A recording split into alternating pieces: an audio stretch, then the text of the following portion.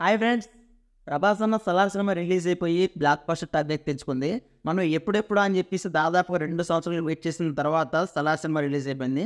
ఈ cinema release అయిన మొదటి రోజు కూడా చాలా చోట్ల బ్లాక్ బస్టర్ టాక్ వచ్చింది. అండ్ అలాగే తర్వాత మెల్లమెల్లగా ఒక 5-6 రోజుల తర్వాత మిక్స్డ్ టాక్ అయితే వస్తుంది.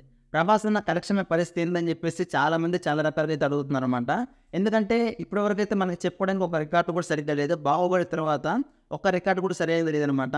ఈ మధ్య రోజుల్లో 'సాహో' కానీ, 'రాధేశ్యామ్' కానీ, ఇలాగ 'ఆదిపురుష్' కానీ మొత్తం చాలా వరకు డిజాస్టర్లు జస్ట్ యావరేజ్ హిట్స్ అయిపోయారు. సో 'సలార్' సినిమా వచ్చింది, చాలా పెద్ద బ్లాక్ బస్టర్ అయిపోయింది. ఈ సినిమా ఎలాంటి రికార్డ్స్ క్రియేట్ చేసిందని చెప్పి చాలామంది చాలా ఇంట్రెస్టింగ్ ఎదురు చూస్తున్నారు. సో అయితే ప్రజెంట్ ఉన్న 'సలార్' సినిమా కలెక్షన్ పరిస్థితి ఏంటి, చాలా దారుణంగా ఉంది భయ్య. దాదాపు రిలీజ్ అయ్యి 11 రోజులు అవుతుంది. ఈ సినిమా కలెక్షన్స్ మాత్రం జస్ట్ 600 కోట్ల దగ్గర మాత్రమే ఆగిపోయింది. ఎందుకంటే సినిమాకి ఇప్పుడు ప్రజెంట్ అయితే సరైన టాక్ కూడా లేదని చెప్పొచ్చు. రీసెంట్గా వచ్చిన 'డెవిల్' సినిమా కూడా అంతగా కలెక్షన్ కూడా ఏం లేదు, జస్ట్ యావరేజ్ టాక్ వచ్చింది కాబట్టి.